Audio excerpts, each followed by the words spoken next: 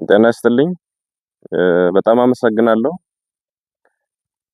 ከመነሻው መልእክቴን የማስተላልፈው በድካምና በጉንፋን ጫና ስር ሆኜ ስለሆነ አንዳንድ ምቾት የሚነሱ ነገሮች ቢፈጠሩ ወይ ቢታዩ ከወዲሁ ይቅርታ ጠይቃለሁ። እጅግ በጣም አመሰግናለሁ። መልእክቴን በሚከተሉ አኳኋን በጽሁፍ አቀርባለሁ። ለአብሮነት ኢትዮጵያ ጊዜያዊ አስተባባሪ ኮሚቴ በቅድሚያ በዚህ ዝግጅት ላይ ስለጋበዛችሁን በጓዶችና በትግላችን ደጋፊዎች ስም አመሰግናለሁ። የአብይ አህመድን አገዛዝ ለመታገል እንድንገደድ ያደረገን ራሱ ግለሰቡና እርሱ የመሰረተው የግድያ የዝርፊያና የዘር ፍጅት መዋቅር ነው። የአማራ ህዝብ መንግስትነትን አሳምሮ የሚያውቅ ለመንግስትነት መጽናትም የሚዋደቅ የነጻነትን ጥቅምና ዋጋ በሚገባ የሚረዳ ህዝብ ነው። በዚህ መንግስትነትን በሚያውቅ ህዝብ ላይ ጊዜና ሁኔታ ተገጣጥሞለት የመንግስት መሪ የሆነው አብይ አህመድ ግን መንግስታዊ ስልጣንን ህዝብን በዘሩ ለመግደልና ለማፈናቀል የዘር ፍጅት ለመፈጸሚያነት አዋለው። ተንበርከኩልኝና እኔ ልግዛችሁ ማለት የየትኛውም አምባገነን ባህሪ ነው። የአብይ የሚለየው ልግደላችሁና ሙቱልኝ፣ ይህንንም ሳደርግ ዝም ብላችሁ ተገደሉልኝ፣ በዘር መርጬ ስፈጃችሁም አትከላከሉኝ ብሎ መነሳቱ ነው። የአማራ ህዝብ ደግሞ አንተ ገዳይ እኛ ሟች አንሆንም ብሎ ብረቱን አንስቷል። ይህ የመጨረሻው ውሳኔ ነው።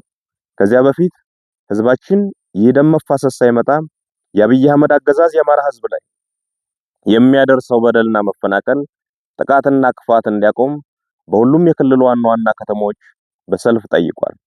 በወቅቱ ህዝቡ በሰላማዊ ሰልፍ ጭምር አትግደሉኝና አታፈናቅሉኝ ብሎ ሲማጸን ራሱ አብይ የሰጠው መልስ እናንተ ጩኸታሞች የሚል ነበር።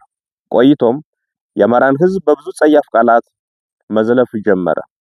ለተነሳ ሰላማዊ ጥያቄ ሁሉ ህዝብን መዝለፍ ሳይበቃው ጠመንጃህን ብቻ ሳይሆን ቀበቶህንም አስፈትቻን በረክካለሁ ብሎ ዘመተ።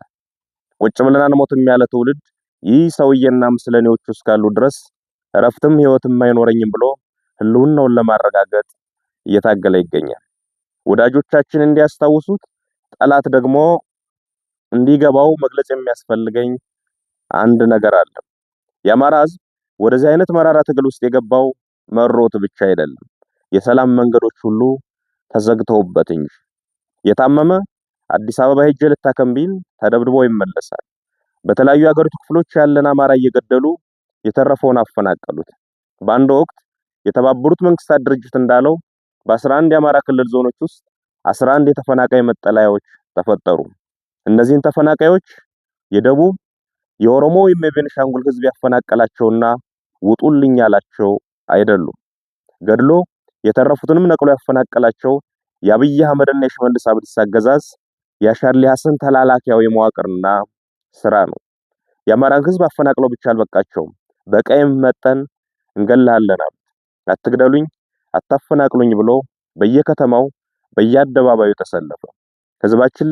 ህዝባችን ለጠየቃቸው ጥያቄዎች ሁሉ የሚሰጠው ምላሽ ግድያና ጥቃት ሲሆን አሁንስ በዛ በሚል ውሳኔ እርምጃውን ከሰልፍ ወደ ሰይፍ አሳድጓል። ይህንን ሰይፍ ወደ አፎቶ የምንመልሰው አብይ አህመድና ግብረ አበሮቹ የአማራ ህዝብ የሚገድሉበት ክንድ ሲሰባበር ነው ብሎም ወሰነ። የአማራ ህዝብ አንገት ደፍቶ እንዲኖር የሚፈልግ ኃይል ሁሉ መጀመሪያ እርሱ ራሱ ይደፋል ወይም ይደፋል ብሎ አፈሙዙን ወደ ጠላቶቹ አዙሯል። እናም ሰላም ይምጣ የሚለውን አጀንዳ የአማራ ህዝብ ገና ከማለዳው ሲጠይቀው የነበረና ጥቅሜና ፍላጎቴም የሚከበረው በዚህ መንገድ ብቻ ነው ብሎ የሚያምን እንጂ ፈልጎት ወደ ውጊያ የገባ አይደለም። ተገዶ የገባበትን የትግል እያካሄደ ያለው ሰላምን ለማጽናትና ለማምጣት በሚወዳት ሀገር ውስጥ በሰላምና ከሚወዳቸው ኢትዮጵያውያን ወገኖቹ ጋር እንደ ልማዱ በትብብርና በህብረት ለመኖር ነው። ሰላም ስትራቴጂካዊ ግባችን ነው። የትግላችን ግብም ህልውናችን በዘላቂነት ማረጋገጥና ሰላምን ማምጣት ነው። ሰላም ይምጣ፣ ጦርነት ይብቃ ማለት የጦርነት ጠማቂዎች ገለል ሊበሉ፣ የጦር ወንጀለኞች ለፍርድ ይቅረቡ ማለትም ነው። የአማራ ህዝብም ሆነ የመላ ኢትዮጵያውያን ጠላትና በፈረቃም በጅምላም እየገደለ ሰላም የነሳን ሐኪሙም ወዛደሩም ነጋዴውም አርሶ አደሩም ሰርተው እንዳይኖሩ ያደረገው የአብይ አህመድ ገዳይ መንፈስ ነው። ይህ ገዳይ መንፈስ ሰላምን አይፈቅድም። መንግስትነትና መንግስታዊ ስልጣን እጅግ ጥንቃቄ የሚፈልግና ብቃትንም ግድ የሚል ቢሆንም የአብይ ገዳይ መንፈስ ግን መንግስትነቱን ለማሳየት የሚጥረው የመግደል አቅሙን በማስፋትና በማብዛት ነው።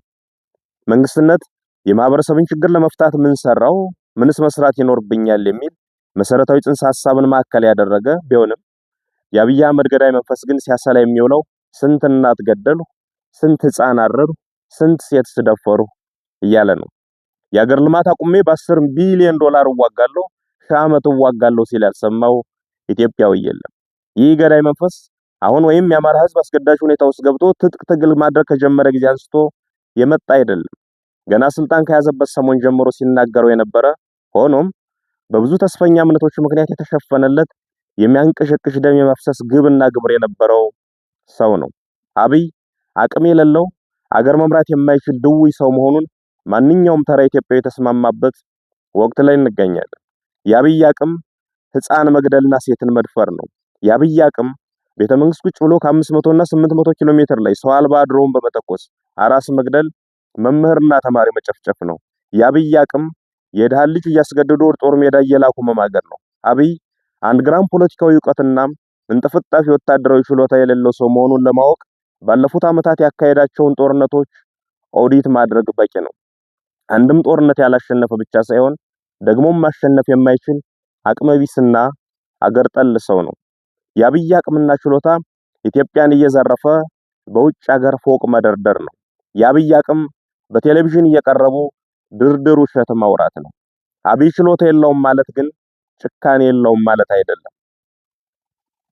ጭካኔውን ልጆቻቸው በወታደሮች እንዲደፈሩ ትዕዛዝ ሲሰጥ የሰሙ እናቶች፣ ወንድሟ አጠገቧ ሲረሽን ያስተዋለች እህት፣ በድሮን ሙሉ ቤተሰቡን ያጣ ቤተዘመድ፣ በመድፍ ቤተክርስቲያኑና መስጂዱ የወደመበት ምዕመን ብቻ ሳይሆን የትኛውም የገጠርና የከተማ ሰው አይቶታል። ይህ ሰውዬ የሚመራው አገዛዝና ለእርሱ ታዛዥ ሆነው የተሰየሙ የሰላም ጸሮችን ሁሉ መመንጠርና የጋራ ሀገር እውነተኛ እኩልነትና ነጻነት የሰፈነበት ኢትዮጵያን መፍጠር አንዱ ገዳይ ሌላው ሟች ሳይሆን ሁላችንም ነዋሪ የምንሆንባትን ሀገር መመስረት የዚህ ትውልድ ታሪካዊ ኃላፊነት ሆኗል። የአማራ ሕዝብ ይህንን ትግል የሚያደርገው ጦርነትን ለማቆምና ሰላምን ለማምጣት እውነተኛ ፍትህ በማስፈን የእልቂትን ምዕራፍ ለመቋጨት ነው። የአብይ አቅም መግደል ነውና የመግደያ በትሮቹን አስጥሎ ህዝብ በሌሊትም በተኛበት ቀንም በዋለበት እገደላለሁ የማይልበትን ሁኔታ ለመፍጠር ነው። በዚህ አገዛዝ ያልተገደለና ያልተበደለ ህዝብ የለም ብለን እናምናለን። ከዚህ በኋላ ባለችው ኢትዮጵያ ውስጥም አንዱ ተንበርካኪ ሌላው አንበርካኪ የሚሆንበት መንገድ መኖር የለበትም ብለንም እናምናለን። ሰዎችም በሙያቸው፣ በማንነታቸው፣ በሃይማኖታቸውም፣ በጾታቸውም በፈረቃና በተናጠል የሚገድለው የሚያስረውና የሚያፈናቅለው የአብይ አህመድና የምስለኔዎቹ ስብስብ በስልጣን ላይ እስካለ ድረስም የትኛውም ህዝብ ሰላም ያገኛል ማለት አይቻልም። እንደዛም አናምንም። በመሆኑም የጎንዮሽ አለመግባባቶችን እየፈታን ዋናው የሰላማችን ጦት ዘበኛ የሆነውን አገዛዝ ለማስወገድ በሁሉም አይነት መንገድ መናበብና መነጋገር ያለብን ወቅት ላይ እንደምንገኝ ማስታወስ ያስፈልገናል። ይህ ግለሰብና ሎሌዎቹ አገሪቱን ይጠሏታል። የእያንዳንዳችንን ህይወት ማሳጣት ሲያቅታቸው አገር አሳጥተውን እነርሱ ወዳዘጋጁት ሀገር መፈርጠጣቸው አይቀርም። ያ ከመሆኑ በፊት የአንዳችን ቁስል ለሌላችን ህመም ሆኖ አንዳችን ለሌላችን ደራሽ ሆነን ተባብረን ይህን አገዛዝ ለማስወገድ መናበብና የጋራ ግንባር ለመፍጠር መሽኮርመም የለብንም። የኢትዮጵያን ፖለቲካ ኃይሎች ገድዬ አሰሬና ከፋፍዬ ጨርሻለሁ የሚለውን የአብይ አህመድን እብሪት በመተባበርና በመነጋገር አንድ ሀገርና አንድ የጋራ ጠላት አለን በሚል መንፈስ በመረባረብ ማሳየት መታገል ይኖርብናል። አብሮነታችን መጀመር ያለበትም ከዚህ ነው። የጋራ ሀገር የጋራ ጠላት አለን፣ በጋራ መታገልም ይገባናል ብለን ማመን። ይህንን ስናደርግ ሰላምንም እናመጣለን፣ ጦርነትም ያበቃል። አዲስ ትውልድ፣ አዲስ አስተሳሰብ፣ አዲስ ተስፋ፣ ክፋት ለማንም በጎነት ለሁሉም። አመሰግናለሁ።